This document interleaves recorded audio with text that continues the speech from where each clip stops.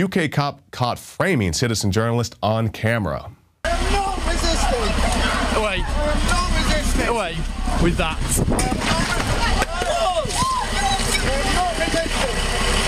You're part of that group. You're assaulting me, please. I'm not assaulting you, I'm moving you and I'm helping you into that line. Are you drunk?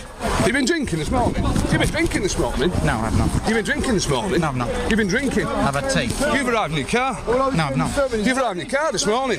You've had a drink, haven't you? I am not driving. You will be arrested. Do you consent to provide a specimen? I do not consent to provide a specimen You're of breath. under arrest for failing to provide a specimen of breath.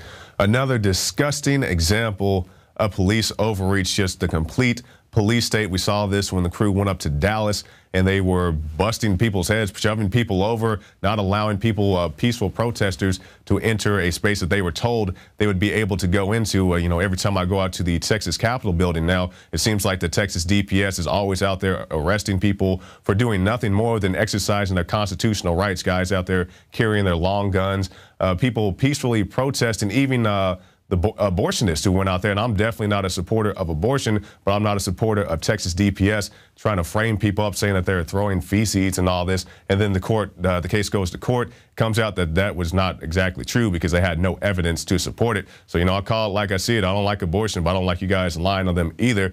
All you cricket cops out there. We had the guy on the Alex Jones radio show today talking about some local issues here in Austin. The story about Larry Jackson, also a story about a young man, a high school student who was tased by police, who was doing nothing wrong. The young man had actually broken up a fight, was standing there minding his own business. The cop comes up behind and tases the guy. The kid falls down, busts his head open. Now the kid, well, he was in a coma for a long time. He's up and active now, but he still has many difficulties that are going to be facing him as his life continues. So speak out against this police state. If you are an officer, be one of the good officers. Be a shining example of people who can look at you and say, you know, this guy isn't like all the rest. You know, we were recently in New York for the Super Bowl.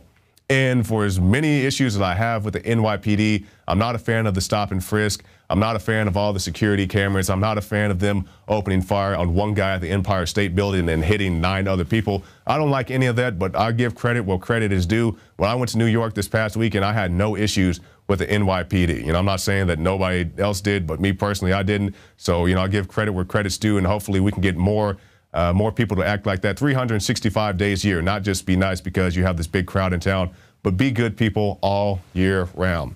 Mandatory vehicle-to-vehicle communications coming to United States cars. Let's see what this is. The geniuses at the National Highway Traffic Safety Administration are so concerned about your safety that they have decided to take into their own hands and make it mandatory that your car wirelessly communicate with other vehicles on the road.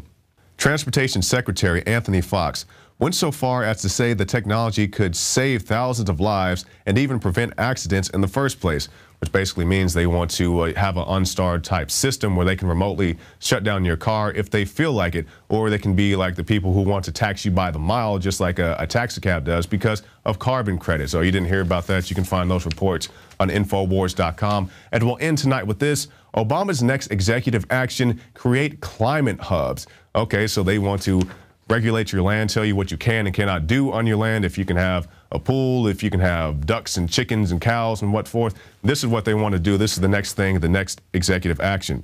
Based at existing agricultural department facilities, the hubs will assess local climate risk, such as droughts and wildfires, then develop plans for dealing with them, such as improved irrigation techniques. So which means Big Brother is coming to your land and he's going to tell you exactly what you can and cannot do to it.